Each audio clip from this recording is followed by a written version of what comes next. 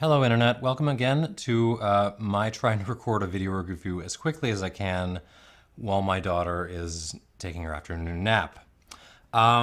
So if you're the way I was up until a couple of years ago, you probably are of the view that once you've talked about tequila and once you've talked about mezcal, you've sort of exhausted your options in the world of Mexican agave-based spirits. The camera's not focused on me for some reason. That's weird. Anyways, moving on.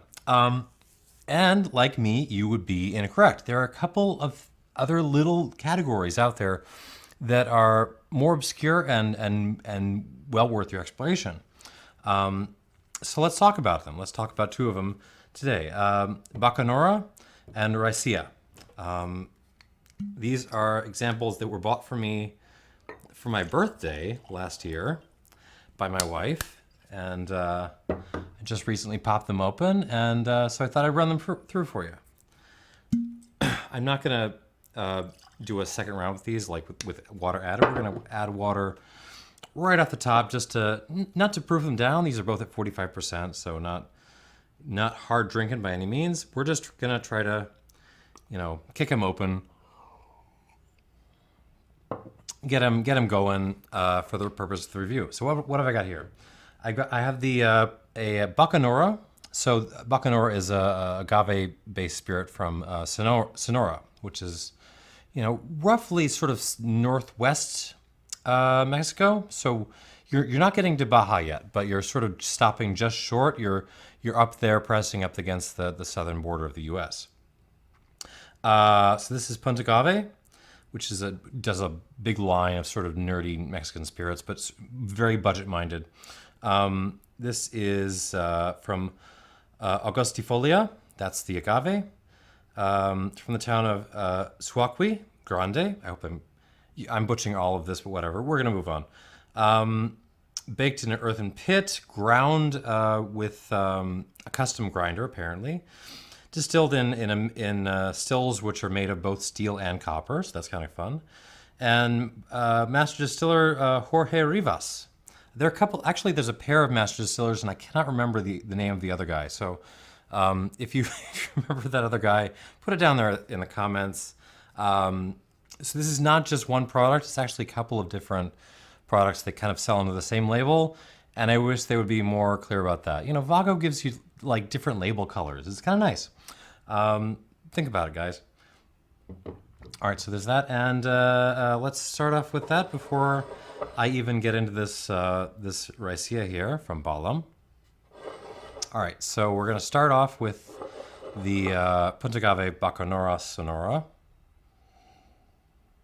from Jorge Rivas. Okay, this is a terrific nose. Honestly, it is. How do I put this? In some ways, it reminds me a little bit of the Del Maguey Vita, in the sense of, like, once you sort of stand back a little bit and analyze it, it's maybe a hair bit simple, maybe a hair bit, one or two dimensional, but that dimension is just fabulous. I mean, this smells like a malfunctioning engine, or like a riverboat engine that's got on the fritz and it's just spitting gasoline and smoke everywhere. But it's also like a river boat in the Everglades. There's just all kinds of organic stuff going on. It smells like dirty water and vegetation, green stuff, rotting things in the corner. Engine smoke, but all that is mingling with the engine smoke and the raw gasoline. Some flowers in there too, like there's this. There are these beautiful sort of dried floral notes, trying to come out beyond, trying to push beyond the engine eating itself and the just vegetal rot. And it's a little bit of brine in there too, a little salt water. It works, man. This does work. It's in a weird way, it reminds me of Ardbeg, but there's no peat in there. So you're thinking like Ardbeg still has that weird smoky brininess to it, and that weird floral action that's you can see a little bit in the younger Ardbegs, but like just no peat. It's kind of putting me in that mindset. It's a fun nose. Again, maybe a hair bit simple, maybe lacking a little dimensionality, but I don't care. There's a little bit of a lemon thing in there. There's some like if you took some lemon pith, and just put it in a smoker for a little while.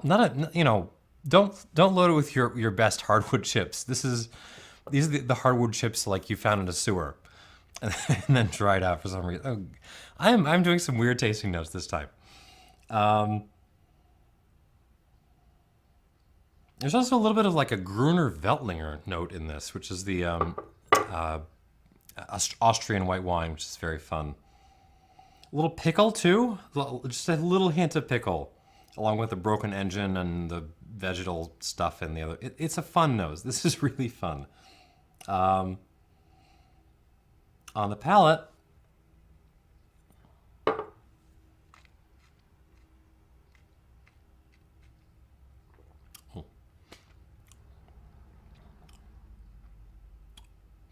again, not profound in any way, but really nice, really fun, really well constructed. Again, kind of reminiscent of, remember the first time you had Del Maguey Vida? We're kind of right there with this. Kind of that same kind of experience of, it's just like, the finish lasts for days. It's that same kind of like dirty, floral, malfunctioning, exploding engine thing. Smoky, sort of like, Ardbeg meets Coroni, but without the sort of identifying notes of either of them, and that doesn't make any sense. But let's moving on.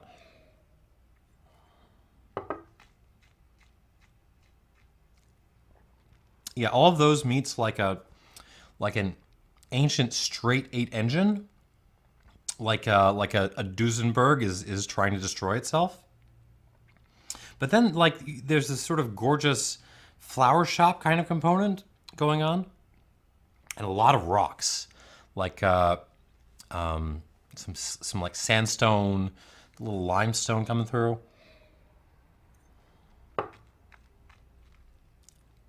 Yeah, topsoil. A little bit of that, not pickle, like more like pickle juice note.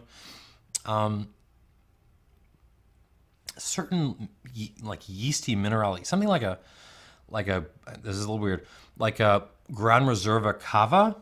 So sparkling wine from Spain that you left to age on its lees for like a zillion years. That kind of thing. And then it's got that little bit of like a lemon zip. Hold on, let me try this one more time. Yeah, not the juice again. It's more the pith, lemon pith, mingling with the smoke and the sort of gross petrol-y Coroni stuff. Also some green tea in there. And on the back end, you got the smoke, but it's also mingling with some, it's not jalapeno, it's more like if you've ever had like smoky Hungarian paprika, that kind of thing.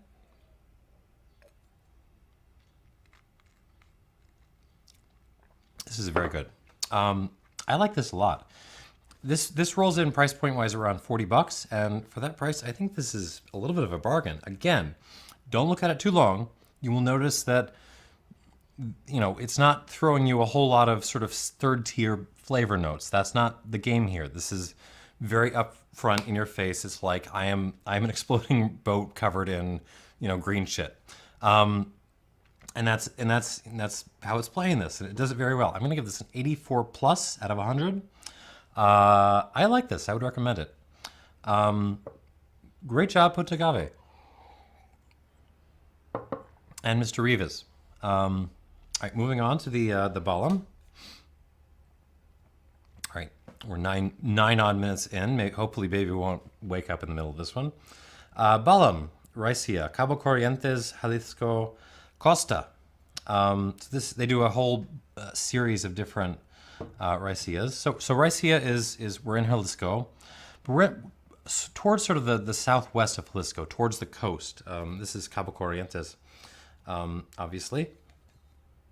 And in this case, Master Distiller Rosalio Rodriguez. The town is Tuito.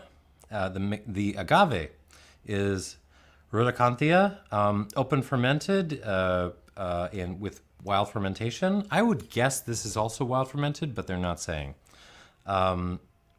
It is, let's see, cooked in a conical pit. That's pretty normal. Made in a Huichol alambic, which I have no idea what that is. Again, if you know what that is, please tell me down below.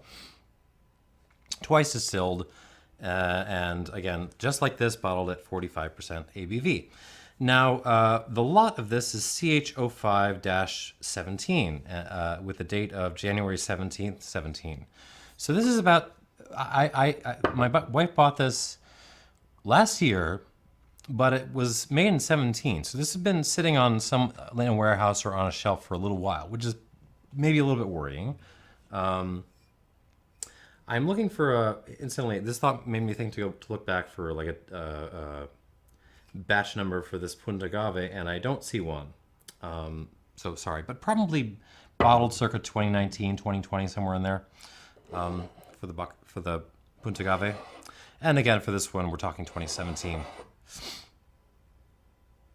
All right, let's dig in. On the nose of this Raicilla, so I've had a Raicilla before.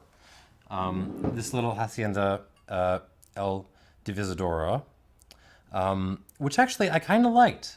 There's an intense lemony thing on this that I actually really liked a lot, and it kind of shocked me in the context of the comparison that I made with it. Go watch that video. I'll link it below. Anyways, back to the Balam.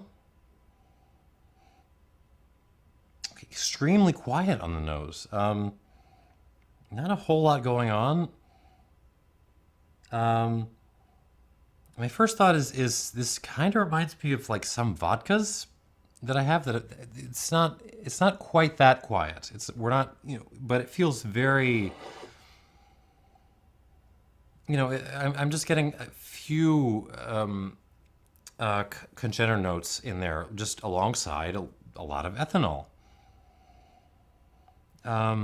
That's most of what's going on. There's some mashed green peas maybe in this. Some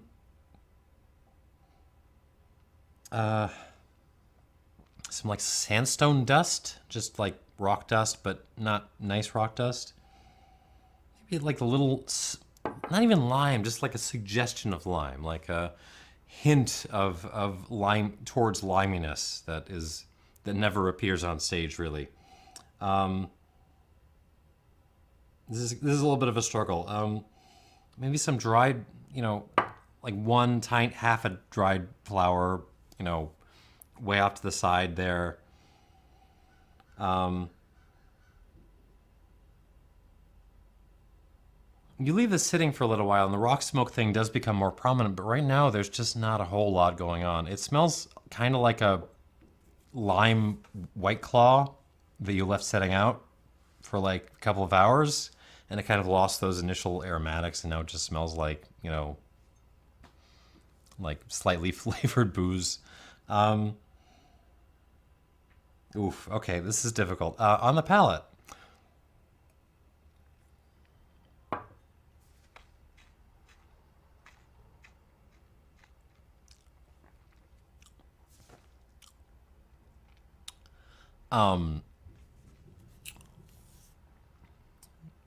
Basic, I think would be the right word to use for this. Quite thin, has a kind of nice black peppery thing, black peppery, rocky, again, mineral thing that I'm enjoying a little bit, but there's just not a lot to talk about here.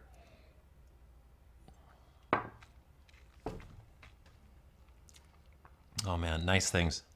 What do I got that's nice?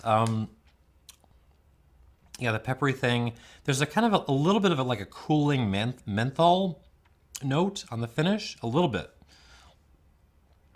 But mostly, I mean, this just comes across as like, 20% of a pretty decent spirit, interesting Mexican spirit that's been cut down with like vodka. that's what I'm getting. So vodka, mashed peas,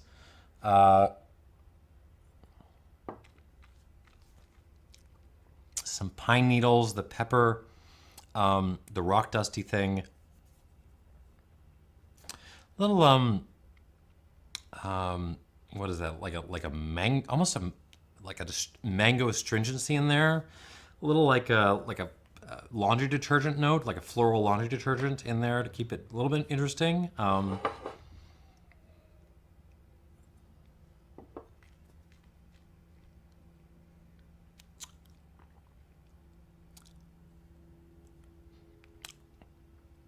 I mean, this is like, I'm gonna score this like a shrug emoji. I mean, this is, yeah, this is like, this is not good. This is not great. This is actually pretty bad, which is upsetting because these are the categories that I want to sort of lift up and hold up and say, hey, you don't have to drink, mezcal and tequila all the time. There are other things out there. But this is just, I mean, I'm going to give this 71 points out of 100. And that's, I feel like I'm being a little bit nice. I feel like I'm enjoying that kind of slightly peppery mentholy finish more than I should. This is actually a pretty bad effort. Do not buy it. But do buy this. Do buy the Puntagave Bacanora. It's a good price, and I think it's enjoyable. It's a lot of fun. So that's kind of what I got for this. Sorry, Balam. I'm sure you're all very nice people. I don't like that Raicilla very much. So what is this? 84 plus for the Puntagave Bacanora, and 71 points for the Balam Costa. There we are.